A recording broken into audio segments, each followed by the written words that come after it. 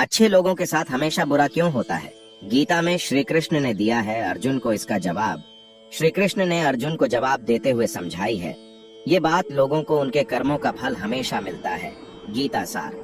आपने महसूस किया होगा कि जो लोग अच्छे कर्म करते हैं वो परेशान रहते हैं, वहीं जो बुरे कर्म करते हैं वो खुशी से रह रहे होते हैं। अच्छे कर्म करने वाले परेशान होते हैं कि आखिर उन्हें इतनी परीक्षा क्यों देनी पड़ रही है, जबकि जो अधर्म की राह में हैं वो खुश हैं और जिंदगी का लुत्फ उठा रहे हैं। अगर आपके मन में भी ये सवाल आया है तो आज हम आपको इसका जवाब देंगे। ये जवाब वो है जो भगवत गीता में लिखा है और श्री कृष्ण ने अर्जुन को दिया था। भगवत गीता में वर्णित कथा के अनुसार जब भी अर्जुन के मन में कोई दुविधा होती थी तो वो श्री कृष्ण के पास पहुंच जाते थे। एक बार की बात है, अर्जुन ने भगवान श्री कृष्ण के समीप आकर कहा कि वो दुविधा में हैं और इसका जवाब वो श्री कृष्ण से चाहते हैं।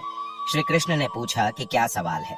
अर्जुन ने कहा, मुझे ये जानना है कि अच्छे लोगों के साथ हमेशा बुरा ही क्यों होता है, वहीं बुरे लोग खुशहाल दिखते हैं। अर्जुन के मुंह से ऐसी बातें सुनकर श्री कृष्ण मुस्कुराए और कहा, मनुष्य जैसा सोचता है और महसूस करता है वैसा कुछ नहीं होता है, बल्कि अज्ञानता की वजह से वो सच्चाई नहीं समझ पाता है। अर्जुन उनकी ये बात समझ नहीं पाए। इसके बाद श्री कृष्ण ने क्या कहा वो जानते हैं।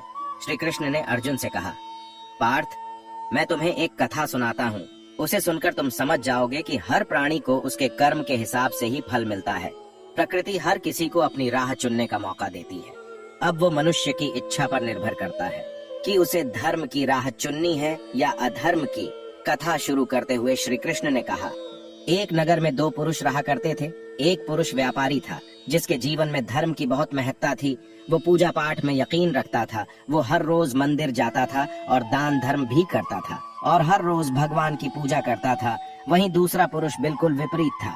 वो हर रोज मंदिर तो जाता था लेकिन पूजा करने नहीं, बल्कि मंदिर के बाहर से जूते चप्पल चुराने। उसे दान और धर्म से कोई लेना देना नहीं था।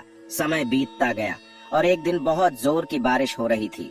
इस वजह से मंदिर में पुजारी के अलावा कोई नहीं था। ये बात जब दूसरे पुरुष को पता चली तो उसने कहा कि ये सही मौका है मंदिर का धन चुराने का।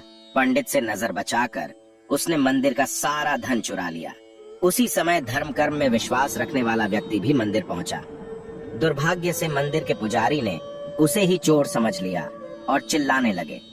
वहां लोग एकत्र हो गए और उसे बहुत मारा। किसी तरह वो बचते बचाते वहां से निकला तो दुर्भाग्य ने उसका साथ वहां भी नहीं छोड़ा। मंदिर के बाहर वो एक गाड़ी से टकरा गया और घायल हो गया। फिर वो व्यापारी लंगड़ाते हुए घर जाने लगा तो रास्ते में उसकी मुलाकात उस पुरुष से हुई जिसने मंदिर से धन चुराया था। उसने कहा, आज तो मेरी किस्मत चमक गई, एक साथ इतना सारा धन मिल गया।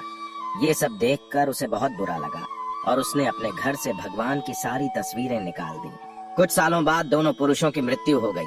मरने के बाद जब दोनों यमराज की सभा में पहुंचे और भले पुरुष ने दूसरे व्यक्ति को देखा तो उसे बहुत गुस्सा आया। उसने क्रोधित होकर यमराज से पूछ ही लिया, मैं तो हमेशा अच्छे कर्म करता था, दान में विश्वास रखता था, उसके बदले जीवन भर मुझे अपमान और दर्द ही मिला और इस व्यक्ति को नोटों से भरी पोटली। आखिर ऐसा भेदभाव क्यों? इस पर यमराज ने कहा, पुत्र, तुम गलत समझ रहे हो। जिस दिन तुम्हारी गाड़ी से टक्कर हुई थी वो दिन तुम्हारे जीवन का आखिरी दिन था, परंतु तुम्हारे अच्छे कर्मों की वजह से तुम्हारी मौत सिर्फ एक छोटी सी चोट में बदल गई। तुम इस दुष्ट व्यक्ति के बारे में जानना चाहते हो। दरअसल इसके भाग्य में राजयोग था, मगर इसके कुकर्मों और अधर्म की वजह से वो सिर्फ एक छोटी सी धन की पोटली में बदल गया। कथा सुनाने के बाद श्री कृष्ण अर्जुन से कहते हैं, पार्थ, क्या अब तुम्हें तुम्हारे सवाल का जवाब मिल गया? ऐसा सोचना कि भगवान तुम्हारे कर्मों को नजरअंदाज कर रहे हैं, ये बिल्कुल भी सत्य नहीं है। भगवान हमें कब क्या किस रूप में दे रहा है मनुष्य को समझ में नहीं आता है, मगर आप अच्छे कर्म करते रहें तो भगवान की कृपा हमेशा बनी रहती है। इसलिए अपने अच्छे कर्मों को बदलना नहीं चाहिए, क्योंकि उसका फल हमें इसी जीवन में मिलता है। इसलिए मनुष्य का फर्ज है कि वो हमेशा अच्छे कर्म करते रहें, क्योंकि श्री कृष्ण ने गीता में भी बताया है कि किसी के द्वारा किया गया कर्म बेकार नहीं जाता है, चाहे वो अच्छा हो या बुरा।